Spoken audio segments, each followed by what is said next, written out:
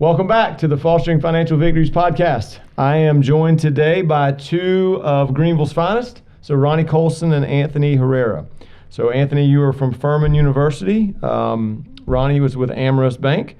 So guys, give us maybe like a 30-second intro as far as what you guys do on a daily basis, and I'm going to set up what we're going to talk about. Perfect. Thanks, Erik. Thanks for having me here. Good to be with you, Ronnie, as well. So I'm Anthony Herrera. I'm with Furman's Institute for Innovation and Entrepreneurship, and so I'm charged here as an entity in the university to grow kind of an entrepreneurial culture at Furman and connect it into the community, right? Contribute to the community in a meaningful way with innovation and entrepreneurship. And so that ranges from programs, speaker series, workshops, and just come alongside and grow the economic development of the upstate. Cool.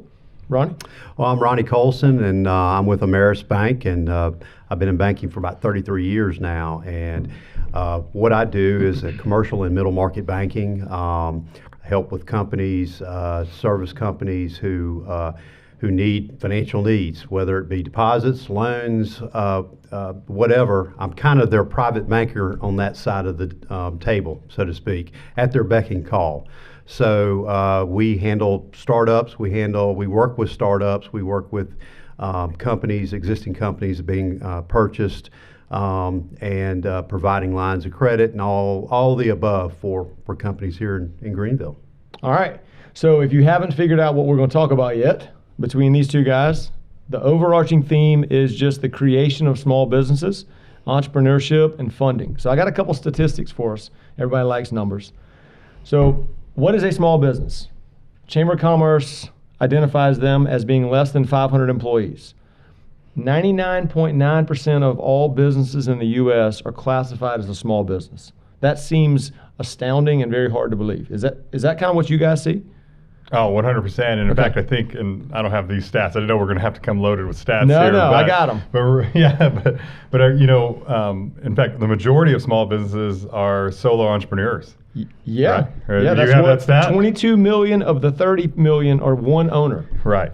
Which is crazy to think about. Yeah. I mean, those are, individual, graphics designers, accountants, lawyers, who are acting as solo entrepreneurs.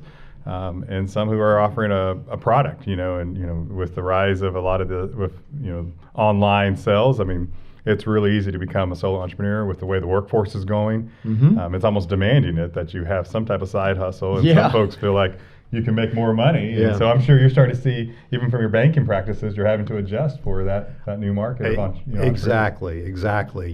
Banks look at small businesses kind of in the same realm, but in different levels. You will have really a small business like the entrepreneur who may have $1 million and less in sales, and that would be considered a small business in the consumer arena, where it's really kind of governed by the consumer regulations. And then you may have the companies that are anywhere from $1 million to $10 million in sales, that they more or less are what we call the small business, or the business banking type of scenario. And then anything above that, you're in the commercial arena, get to the middle market with these larger companies. Right. Because size, as far as number of employees, is kind of a little bit different from the banking side, financial side. They're looking at more revenue and that type of stream, more revenue, profit, things of that nature. So the number one reason that the Chamber of Commerce cites as why businesses fail in year one, you could probably guess it's lack of funding.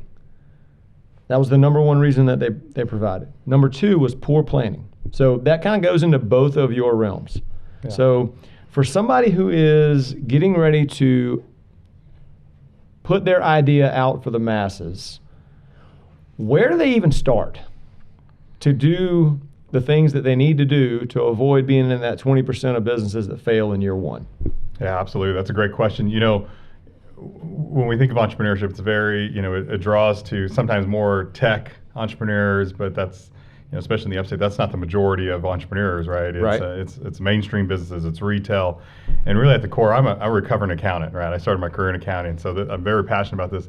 You can have a great idea, right? But it is a business plan, a business model that is sustainable and managing cash flow. Right, and that's really at the heart of that stat is the reason they fail is they're not managing cash flow, right? They may have great sales, but they're not collecting in time, or their expenses are higher than what they're bringing in, and so they just can't sustain, and eventually they just end up shutting down. And so banking relationships, investing relationships are really critical, but a lot of times entrepreneurs who are early in their life don't have those relationships, so they can't sustain themselves. A lot of times, the SBA will help with business plans. There's classes they can take, seminars where they can help teach how to create a business plan. There's also smaller entities within the community. And each community has this really that want to develop and how they can help with business plans and things of that nature. So, and I realize maybe some universities such as Furman may help that in that aspect too, because they want to get in there and help with the innovation side of it and figure out how we can help them. What do we need to do? Take the next steps, whether it's producing a widget, and how do we produce this widget, and how do we get it to the marketplace? Because the bank at the end, they want to see all that, and we want to see everything. So whoever the financing partner is going to be, they want that business plan done. They want you to know exactly what your next step's going to be if you've got this money today. Yeah, that's right. Universities, you traditionally think of the SBA chamber, who are traditionally having programs for small businesses, entrepreneurs, but universities play a big role in this. And in fact, Furman, in about the next 60, 90 days, we're going to be announcing a program called Greenville Starts. GVL Starts. Okay. And that's in collaboration with the city of Greenville and the Commerce Department. And what it's going to do, it's going to take individuals in the community who have an idea and put them through an experience, an 8-week experience, a curriculum that's going to teach them how to launch their venture successfully, right? And at the core of successful is, have an idea that's fully fleshed out, is tested, and then you have put together an opportunity to do a business plan.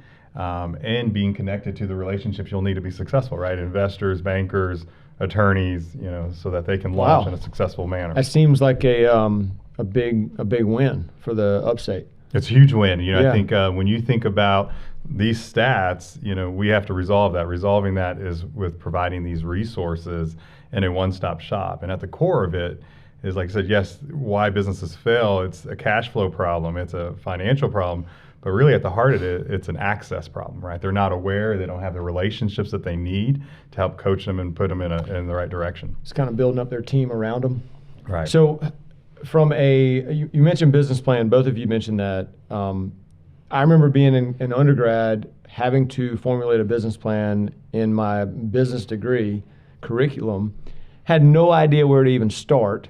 Okay, so you're trying to make up something on the fly, essentially. What do you see as maybe separating factors for business owners who have done a really, really good job of putting that detail together versus those who maybe could have done it better? Well, I've seen both ends of the spectrum where someone has come in and really not put a good business plan together, but they understand what they want to do. And they understand the process. They just don't know how to put it in a word format. Seems kind of like the business plan is like the resume, right? Exactly. Doesn't really reflect if you can actually do the thing or not. Exactly. Right. Exactly. And sometimes that's someone who's got the character, the integrity, the mindset, the drive. They want to succeed. And usually the person on the financing side, they'll look past that, because that's one of the 5 C's of credit is character. And so you want to see that kind of drive from that individual, what they want to do. They know what they're doing, even though the business plan may not be as sharp or to the point as you'd like. But what do the numbers look like? What do their forecasts look like? What are they planning on doing in the marketing? Because a lot of times they know how to market, but they don't know the numbers. Well, that's where partners come in, such as CPAs, banks, that can help with that and say, okay, you need to have a good CPA, you need to have a good accounting person. But that's how that happens. And then you see some on the other end that you're going, wow, this is great, but I'm ready to jump in with you. But they get down the road and it's like, oh, you're having to pull them out of the ditch because they're either going too fast, they're not quite sure what to do, what their plan was, and they want to give up. Right. Yeah. Yeah. And business plans, I would add to that, Ronnie was saying, is they're great. They especially help with the numbers, right? What do I price this out? What's the cost? How do I make this work from a 3-year or 5-year out kind of planning? But it also helps them test, is my product or my service, is it in demand, right? How much is competition's out there? Sure. A lot of people come up with an idea or they have a business that they're very passionate about, and then, they say, hey, we're going to put this on Main Street, and it's a popcorn shop, and there's 3 other popcorn shops already on Main Street, right? And so is that really going to work? Probably not. What's your differentiator? And Right. the business plan helps you walk through that, understand who's your market, who your market is, and understand your customer, what your competition is, and then what's the demand for it. And so the business plan itself, like you said, the resume doesn't get you the job. The business plan doesn't assure that you're going to be successful, but it helps you work through a lot of these early issues and challenges that an entrepreneur is going to face. Kind of makes you do your homework. Exactly. Yeah. Okay. So when you have someone who approaches you with a new idea, or you are in that discussion, Ronnie, the same thing for you. What are some of the factors that you look at as identifying, hey, this is probably going to really work, or you might better try something else? Like, what do you see as some of those little factors that pop up? Well, I always want to know on the founder, right, or the owner, like how passionate are they about this, right, and how committed are they? Right? Is this something that they're just doing with 10% of their time? Is it so much an interest? Is it the second they're going to face some adversity or challenge, are they out? Right? And you evaluate that in different ways, right? Some of it is if they have a full-time job and they're doing this on the side, how committed are they? Are they willing to leave their job if this thing starts to take off or they start to get some traction? Okay. Second is, where did this idea originate from? And you got to be careful on that.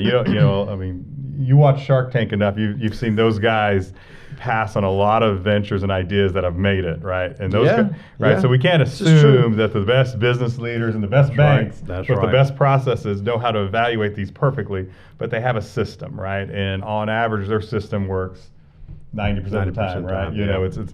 But you still want to make sure, okay, where's this idea coming from? And is there demand? Is there, and when I say demand, is there customers, either business customers or individuals who want to see this product, right? Because they could be too early, Sure. A year early, 5 years early, 10 years early to what the market wants, and they just never take off. They burn through cash and then they fail.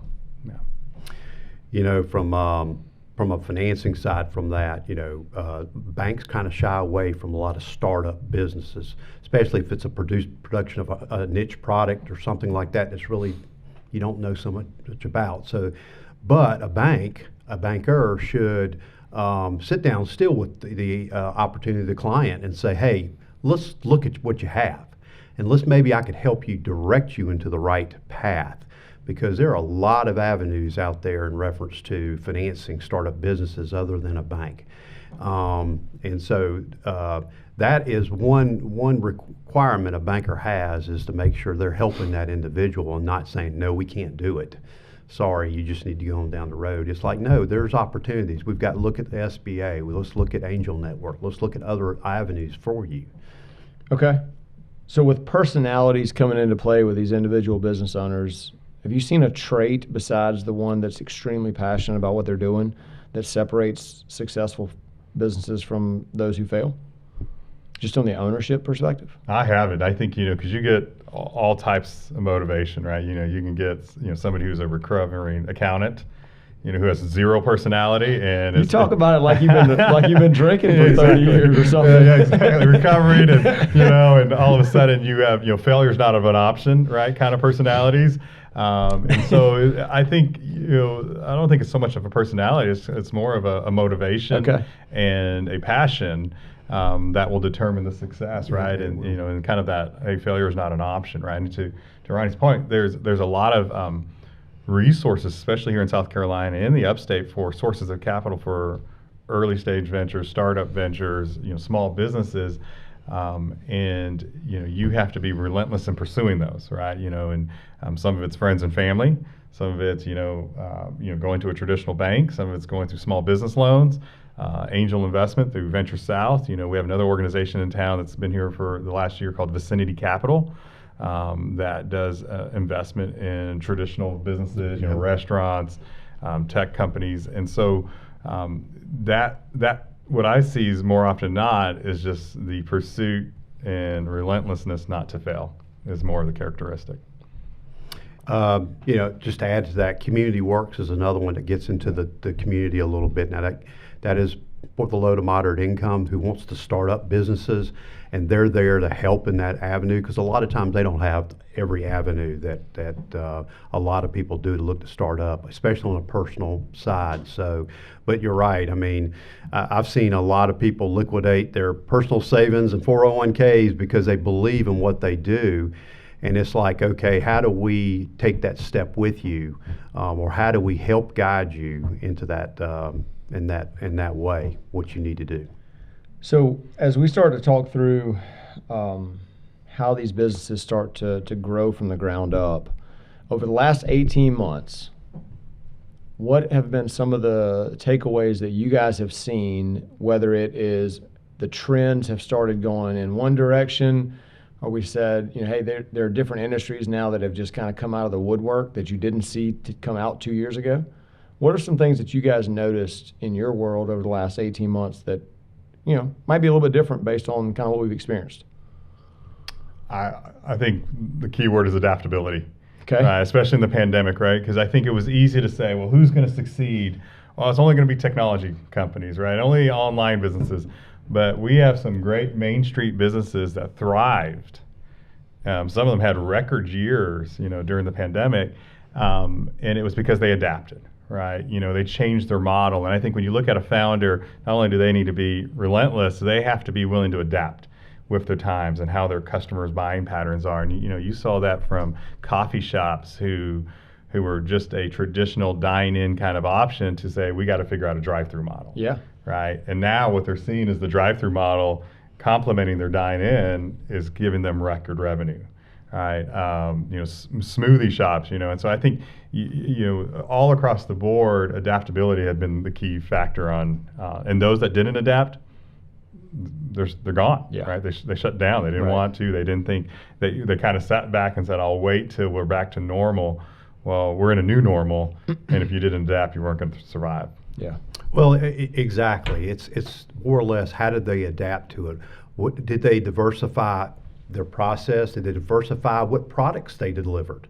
So, such as, a lot of the restaurants had takeout, and so they engaged with the delivery services and brought that to a different light. I mean, would these restaurants still be here today if they did not do that? So there was opportunities for them, and they can continue to do it because it's convenience for the individual now. If I'm calling up to get from a restaurant and want takeout, but I want it delivered, well, I can have it delivered, and so that is a convenience that really we all look at as far as individual consumers. And then as far as from the financial side, seeing that these businesses, these owners were willing to do something different, willing to think outside the box. How do we survive? Because there was not a lot to survive last year. Sure. Yeah. So with last year being what it was, restrictions on funding or opportunities for funding coming out of what we just came out of, and kind of what you see going forward in the next year and a half, what's that landscape look like for folks who are trying to get something off the ground and need funding? I think, I don't know how the traditional funding is with the banking, but I think, there is more access to capital, right? I mean, what do we know, right? When you think about the stages of capital, either, using your own credit card or cashing out your own, 401k or stocks, to friends and family, to high net worth individuals, people did well if they were in the market last year, right? You know that better than anybody, right? They did. And so there is more capital, and more people are looking to say, how do I, deploy it Yep. to invest in something that, I wouldn't normally have an opportunity to invest in. 3, give back to the community. And so when you think about opportunities for an entrepreneur or founder or a small business starting up here in the upstate, there's a lot of access to capital, right? Now, it may not just be on every corner of the street. You have to network, you got to go to the right places, but you can access it.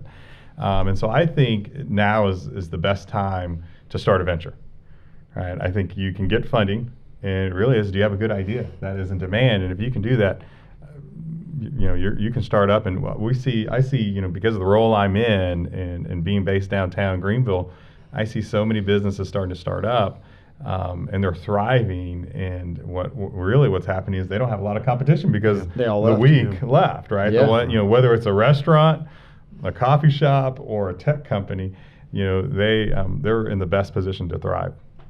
Traditional banking, they usually shy away from startups. So Right. I've mentioned that before. But they do partner up with other investors. And it provides that because they want to develop the community. It's just, okay, we know we've got to take certain steps to lower our risk because we're a federal regulated Right. entity. And so how do we do that? And so there's ways to partner up with other venture capital that's out there that you can find. And so banks will do that because they want to invest in the community. And so even with it being a traditional bank having an SBA loan, if everything matches up, that's a tedious process. But their steps, that's what a bank is supposed to do. Take you by the hand and let's walk through it. Let's get to the end. And let's see if this works. So the growth in the Greenville market has been unbelievable for probably the last decade. What do you think capacity in Greenville actually means, or what does it look like? There's probably not a right answer to this question, so, I'm going to let you take a stab at that one, Ron. There's plenty of capital out there. Plenty of capital. You can look around and see what's happening in Greenville. The pandemic slowed a lot of things up, put a stop to things, caused some good businesses not to be here today. But there's a lot of opportunities out there. There's a lot of young people, good people out there that have ideas, that want to do things. There's a lot of good businesses out there that are turning over. Sellers are selling their businesses. And it's a new leaf turning over for the new owners because these are usually the younger crowd. Mm-hmm. And I say the younger crowd, it's really the 20s, the 30s, the 40s that are buying these businesses and saying, I can take a different approach and diversify what they were doing and add in other avenues. I've seen that a couple different ways today. I've seen a couple startups that have actually said after they got started through the pandemic, said, I need to create some different avenues of streams of revenue. So if something like this happened again, it would help offset that. Same thing in businesses today. So there's capital out there. There are things that are happening in the market. And as we know today, Greenville is, the upstate is just a thriving market greatly. As you could tell, every bank in America wants to come to the upstate. Seems like it. Yeah, seems like it. Yeah. I think what you're seeing is a couple of converging factors here. Here in the upstate in Greenville that's going to make us win big. And I think, the capacity we think we have is going to get blown past. And why is that? You see, the pandemic has taken a workforce that, you traditionally went to an office and says, now you can be remote, right? So you've seen exodus out of major metropolitans moving into mid-sized cities, and we're perfect, right? We have great cost of living. We got great amenities. We got the outdoors. We got great weather. I mean, you saw everything that I just said right there was listed last Monday, in the Wall Street Journal article, is Greenville being listed as a top breakout city. And so, I think you have a workforce moving here that's going to stay remote. You have, we'll still get our wins. It's not, we never can move the needle because we're competing against every city, but we're still going to get our wins of, regional and headquarters moving here. And then third, we're going to be growing our own regional and local headquarters by startups. And so all of that happening means inflow of capital. Mm-hmm. Right, people spending, and so I think that's a big win for small businesses and startups and founding organizations. Do you guys see one industry above any other here in Greenville that is the biggest opportunity from growth? I see anything with retail right now is starting to grow again. I know that the normal consumer is basically, hey, I'm going to buy everything online. But Greenville's got such a different dynamics downtown and the different areas to go within the upstate, Greenville, that retail is there. And so I think there's opportunity and there's a growth in that area. I think retail's great, right? Everybody's been sitting at home. Yeah. Ordering online. Right, ordering online, but they've been sitting home not spending a whole lot, and now I think the next 2 years are going to be breakout, right? People are going to be spending money, it's been sitting in savings account, right? The banks are doing really well because it's been sitting in the savings account. Now people are going to start spending that money, you go to a Lululemon on downtown Greenville, you can't get a pair of pants. They get their inventory, Monday, and by Tuesday it's out, right? So everybody is shopping. So I think retail, you're right, Ron. I think retail does well. That is a golden question. Everybody kind of asks, what is South Carolina going to be known for? What is Greenville in the upstate? What's going to be our niche? And you see it, cities around the country picking a niche, right? Whether it's tech, whether it's blockchain, whether it's software. And so I think we have a lot of assets, right? We have a big play in advanced auto manufacturing, right? Just traditionally with what we have with Michelin and BMW. I think there's going to be more companies that get started or move here because of that and those suppliers. Second, I think we have a great niche in life sciences. And especially with SC Bio and the work they're doing across the state, championing innovation in life sciences. But I think at the end of the day, what's going to rock all of those theories is talent moving here because they want to live in Greenville. We're a breakout city. It's great quality of life. And so I think we're going to start getting new companies, from new industries, or industries that we didn't think we had an opportunity with, move here and grow. And I think over the next 18 months, we'll start to see what that looks like.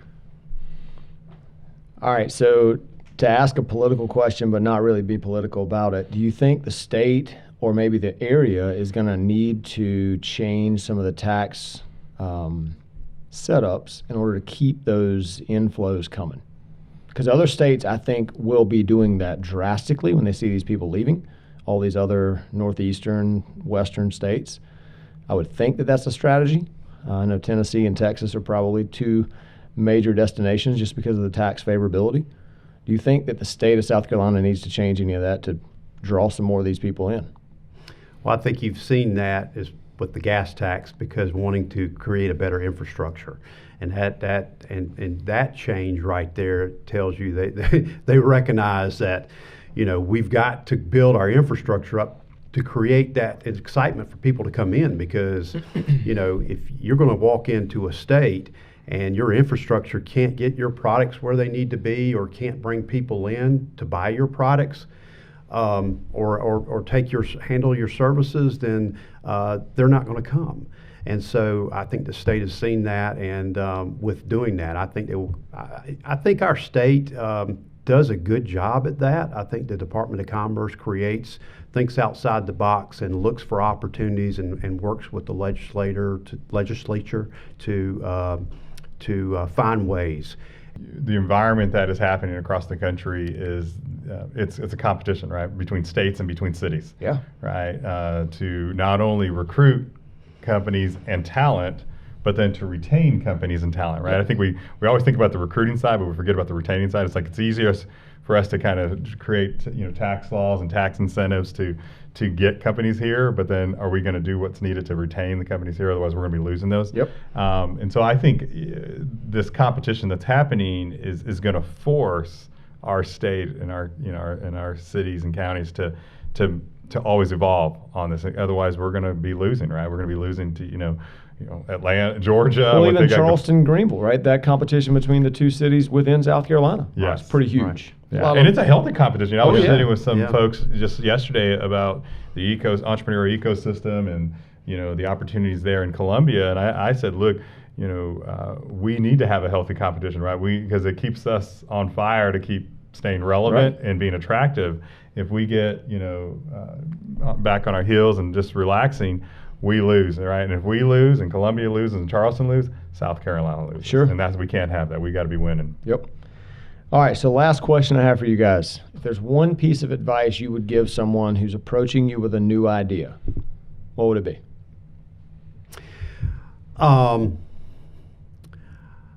To make sure that you know what you want to do. Have you thought it through? What product or service are you going to provide? Who's your competition? Is it a niche? Nobody's doing it. I think, take the necessary steps to think it through, what you want to accomplish.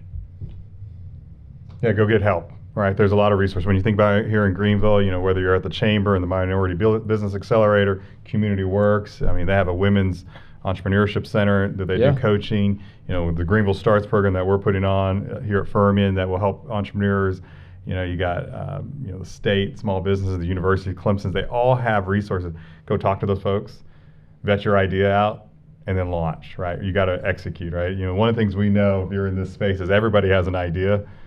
It's but the minority is the ones who actually execute on it, right? And so you got to try something out, you got to launch, and the reality is today is the barriers to entry for most opportunities is pretty low, and your risk tolerance should be at the highest because most businesses today can launch with very low capital. Perfect.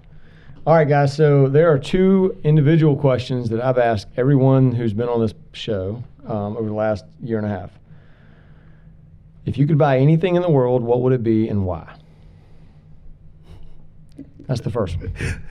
Wow. This is I wish I could have gone back and bought Bitcoin. Me too. Back in the day. That's all. Can't get, no time travel to go back. Okay, so today. Yeah, what would you buy today no matter what it costs and why? If I could buy it today,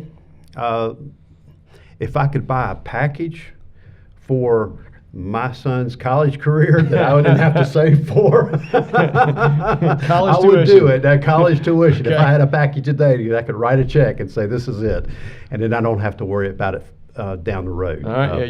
You got kids going to be in college pretty soon. Yeah. Yeah, that's great. I think I love saying this is I think if Greenville in the upstate was a stock, we'd classify it as a strong buy. Right. I think we haven't even seen close to the opportunity we're going to see here in Greenville, and so I'm big in buy real estate, buy land, because Greenville is thriving. So you would buy Greenville?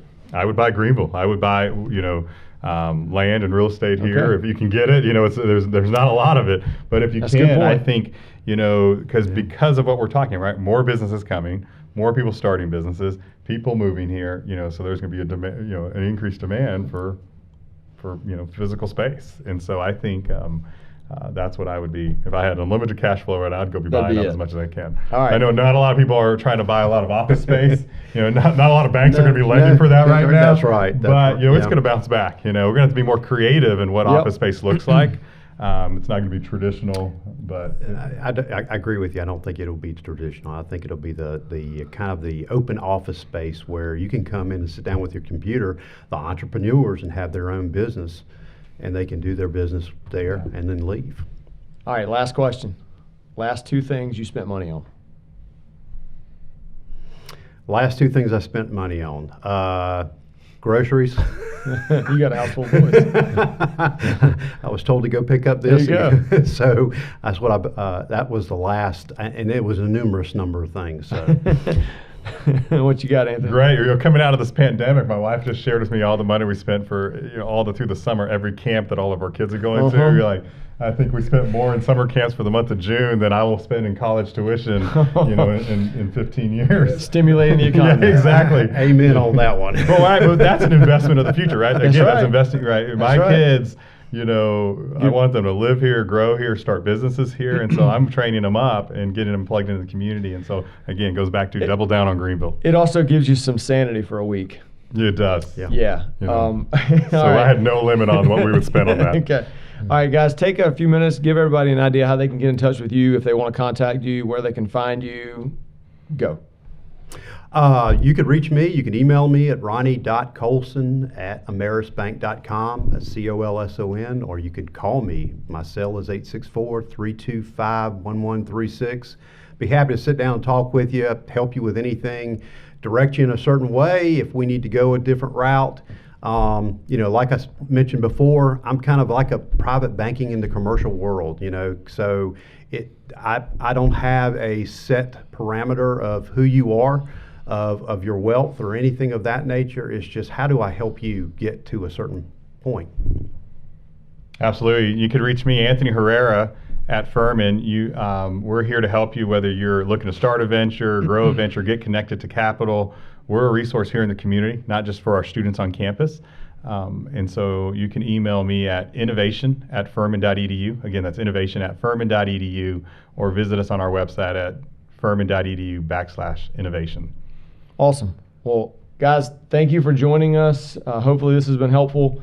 If you would, please share this with a friend if it may be relevant to them. If you've got suggestions or on questions or topics or anything for us to cover going forward, you can connect with us at fostervictorwa.com, or you can follow us on Instagram at Foster Victor Wealth Advisors. Again, guys, thanks so much for taking time out of your busy day. Hopefully you guys enjoyed it. I know I did. It's great. Hopefully y'all took some of the attention off of me, which is great. Thanks for sharing for your, the experience that you have. Thanks, Appreciate it. Eric. Thanks, Foster Victor. Thank you, guys. Thank you. Information contained in this podcast was intended for general use, not to be used as specific advice. For content tailored to your personal situation, please contact one of our wealth coaches.